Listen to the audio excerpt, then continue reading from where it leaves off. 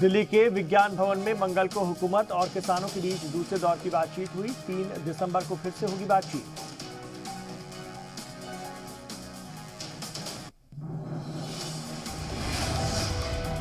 UP के किसान leader Rakesh Tikait ने हुकूमत के साथ बातचीत को बताया मुस्बत। कहा, कानून में तरमीम के लिए ड्राफ्ट बनाकर सरकार को देंगे।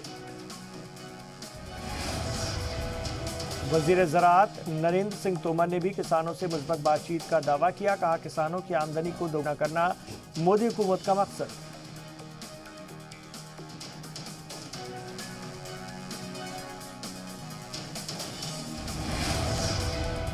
दिल्ली को घेरने के लिए किसानों ने नोएडा की तरफ से भी खोला मोर्चा। यूपी के एटा से आए किसान नोएडा मयूर विहार बॉर्डर पर धरने पर बैठे।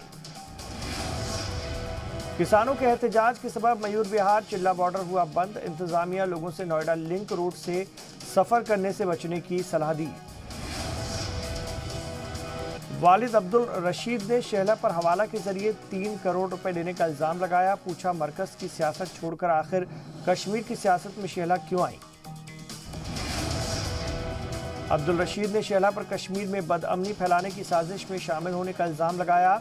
शेहला के साथ काम कर चुके वकार भट्टी ने भी उठाए सवाल, जांच का मुतालबा किया। जम्मू कश्मीर के पुलिस अफसर इम्तियाज हुसैन ने डीडीसी इंतखाबात का वीडियो ट्वीट कर गुपकार तंजीम को दिया जवाब। वीडियो में लोग जश्न मनाते हुए दिख रहे हैं।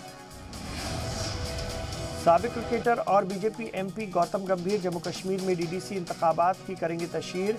7 से 9 दिसंबर के बीच गंभीर कर सकते हैं इंतखाबी तशहीर। राज्यसभा ज़िमनी इंतखाबात के लिए आज दोपहर 12:30 बजे पटना में नॉमिनेशन दाखिल करेंगे सुशील मोदी। बिहार के सीएम नीतीश कुमार समेत बीजेपी के बड़े लीडर मौजूद रहेंगे। टीएमसी के एमएलए शुभेंदु अफसर से मिले सौगत राय और ममता बनर्जी के भतीजे अभिषेक बनर्जी। कहा, शुभेंदु टीएमसी में ही रहेंगे। बंगाल की खाड़ी में उठा एक और चक्रवात। आज और कल जनूबी तमिलनाडु के कई जिलों में हो सकती है शदीद बारिश। देश में धीमी हुई कोरोना की रफ्तार। गुज़िश्ता 24 घंटे में कोरोना के 31,118 नए केस मिले। 482 लोगों की मौत। मनाली घूमने पहुंचे बीजेपी एमपी और अदाकार सनी देओल कोरोना मुतासिर। हिमाचल प्रदेश के हेल्थ सेक्रेटरी ने दी जानकारी।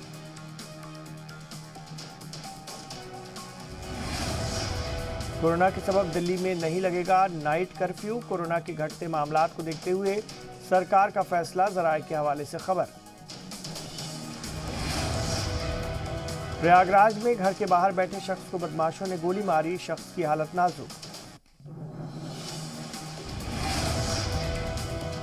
फतेहपुर के थरियाओं में बारातियों से भरी बस हादसे का शिकार हुई। पुल टूटने से घंटों तक आधी बस पुल पर झूलती रही।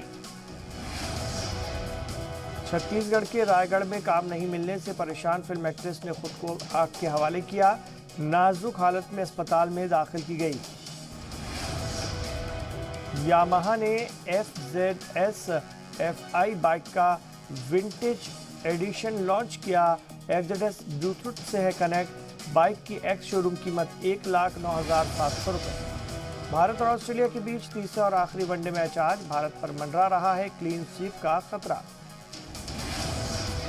कैनबरा में हिंदुस्तान और ऑस्ट्रेलिया के बीच आखिरी मुकाबला। हिंदुस्तानी टीम में कप्तान कोहली कर सकते हैं कई बदलाव।